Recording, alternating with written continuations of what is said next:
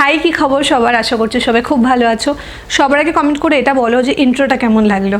আজকে থেকে শুরু হচ্ছে আমাদের দুর্গাপূজার সিরিজ। আজ থেকে টানা দুর্গাপূজা অবধি আমি পুরো বাংলায় ভিডিওস আপলোড করব, vlogs, skin care, makeup, styling tips, অনেক কিছু প্ল্যান করে রেখেছি আমি। তো আস্তে আস্তে সেই সমস্ত ভিডিওস আমি তোমাদের সাথে শেয়ার করব।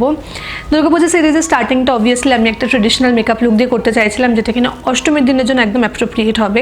তাই থিঙ্ক এই লুকটা খুবই সাটল, খুবই সিম্পল। তো তোমরা চাইলে এই লুকটা ক্রিয়েট করতে পারো অষ্টমীর দিনে, বাট নবমী, সপ্তমী যেই দিন তোমাদের দিচ্ছে তোমরা এই লুকটা রিক্রিয়েট করতে পারো। খুবই সিম্পল, খুবই বেসিক একটা লুক। আমি অ্যাজ সাচ খুব বেশি কিছু করিনি। তো তোমাদের যাদের সাটেল লুক খুব পছন্দ, তোমরা ডেফিনেটলি এই লুকটা এনজয় করবে আশা করবো। আর আমি ভিডিওতে যে সমস্ত প্রোডাক্টস ইউজ করেছি তোমাদেরও সেম প্রোডাক্টস ইউজ করতে হবে এমন কোনো কথা নেই।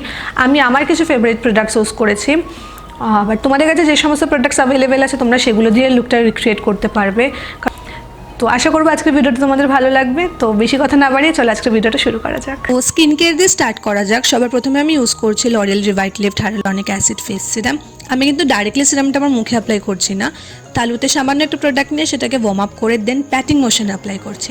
এরপরে আমি প্লামের গ্রিন টি ক্ল্যারিটি নাইট জেলটা ইউজ করবো। তোমরা যে কোনো ময়শ্চারাইজার ইউজ করতে পারো বা এরকম ময়শ্চারাইজিং জেলসও ইউজ করতে পারো। এরপর আমি একটা আন্ডার আই ক্রিম ইউজ করবো। আমি এখানে দি ন্যাচারাল ওয়াশের আন্ডার আই ক্রিমটা ইউজ করছি। আমার চোখের তলায় না খুব বেশি ক্রিজিং হয়, তো তার জন্য আমি সবসময় আন্ডার আই ক্রিমটা প্রেফার করি মেকআপ করার আগে।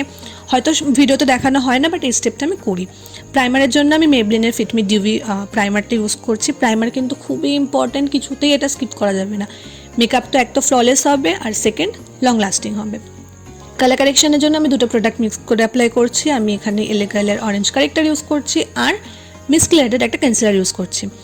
তো অরেঞ্জ কারেক্টারটা আমি আমার চোখের নিচে, দেন নাকের দুপাশে আর ঠোঁটের দুপাশে আর সামান্য একটু থুতনিতে অ্যাপ্লাই করে নেব, আর তারপর একটা ব্রাশ দিয়ে ভালো করে ব্লেন্ড করে নেব।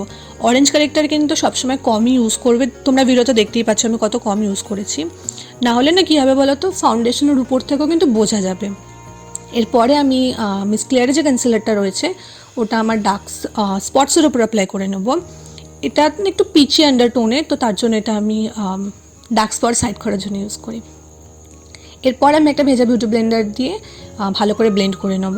তোমাদের যদি অয়েলি স্কিন হয় দেন অবশ্যই একটা লুজ পাউডার দিয়ে ফেসটাকে সেট করে নিই। ফাউন্ডেশনের জন্য আমি এখানে প্যাকের এইচডি ফাউন্ডেশন ইউজ করছি। সেম ভেজা বিউটি ব্লেন্ডারটাই আমি ইউজ করে নেব।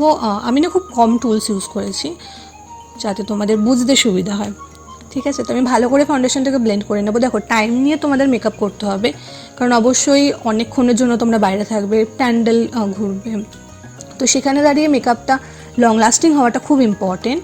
আর ফ্ললেস তো অবশ্যই হতেই হবে।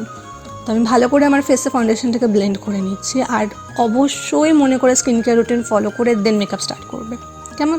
কনসিলারের জন্য আমি এখানে মেবলিনের এজ ডিভাইন কনসিলার ইউজ করছি। এটাতে যে স্পঞ্জ টিপ অ্যাপ্লিকেটার থাকে না, ওটা আমি ফেলে দিয়েছি কারণ ওটাতে খুব প্রোডাক্ট নষ্ট হয়। তো আমি একটা কনসিলার ব্রাশ দিয়ে কনসিলারটা আমার চোখের তলায়, দেন থুতনিতে, ঠোঁটের দুপাশে আর নাকের উপরে আর ফোরহেডে অ্যাপ্লাই করে নিচ্ছি। এরপর সেম বিউটি ব্লেন্ডারের যে পয়েন্টেড পার্টটা রয়েছে ওটা দিয়ে ব্লেন্ড করে নিচ্ছি।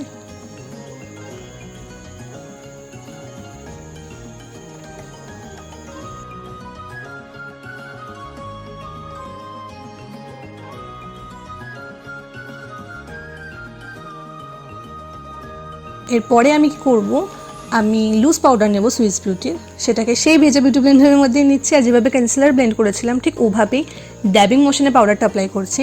এই স্টেপটা করলে না আমার ক্রিজিং খুব কম হয়ই না প্রায় বলতে গেলে। তো এটা একটা ট্রিক, তোমরা চাইলে ফলো করতে পারো। এরপরে আমি একটা পাউডার ব্রাশ নিয়ে ফুল ফেসে পাউডারটা অ্যাপ্লাই করে নেব। ব্রনজিংয়ের জন্য আমি ইসাডোরার ব্রনজিং পাউডার ইউজ করছি। সেম ওই বড় ব্রাশটাই আমি ইউজ করছি। আমার না ওই রকম মানে একদম শার্প কন্ট্রোলিং বা ব্রনজিং খুব একটা পছন্দ হয় না, তো তার জন্য আমি সবসময় এরকম বড় ব্রাশেস ইউজ করি ব্রনজিংয়ের জন্য। আমি কিন্তু খুব বেশি ব্রনজিং করছি না, জাস্ট মানে একটু কালার অ্যাড করার জন্য আর কি ফেসে, কারণ ফাউন্ডেশন অ্যাপ্লাই করার পর না ফেসটা খুব ফ্ল্যাট দেখায়, তো তার জন্য just to add some colour আমি ব্রনজিংটা করছি। ব্লাশের জন্য আমি এখানে নাইকার ব্লাশ ইউজ করছি। দুটো শেড মিক্স করেই আমি অ্যাপ্লাই করে নেব। আর ব্লাশ আমি একটু বেশি অ্যাপ্লাই করছি, সেটা কিনা পুরোপুরি অপশনাল। তোমরা চাইলে বেশি ব্লাশও অ্যাপ্লাই করতে পারো বা কম ব্লাশও অ্যাপ্লাই করতে পারো। হাইলাইটারের জন্য আমি ওয়েট এন্ড ওয়াইল্ডের মেগা গ্লো হাইলাইটার ইউজ করছি। একটা ফ্লাপি হাইলাইটার ব্রাশ ইউজ করছি, এটার জন্য আমি এটা সুগারের। আর একটা জিনিস নোটিস করো, আমি কিন্তু নাকের পুরো পোর্শনটাতে অ্যাপ্লাই করলাম না, জাস্ট টিপটাতে অ্যাপ্লাই করলাম আর সামান্য একটু উপরের দিকটাতে, ব্যাস। এরপর গাল, দেন কিউপিডস বো সব জায়গায় ভালো করে হাইলাইটার অ্যাপ্লাই করে নিয়ে মেকআপটাকে সেট করে নেবো ফরএভার 52 মেকআপ সেটিং পাউডার দিয়ে। আর তারপরে কি করব, আমি যে বিউটি ব্লেন্ডারটা রয়েছে সেটা ফুল ফেসে একবার ড্যাপ করে নেবো। আইব্রোজ ফিল করার জন্য আমি প্যাকের আইব্রো ক্রিম ইউজ করছি। আমি প্রথমে আউটলাইন করবো ব্রাউজটাকে, তারপর সেটাকে ফিল করে নেবো।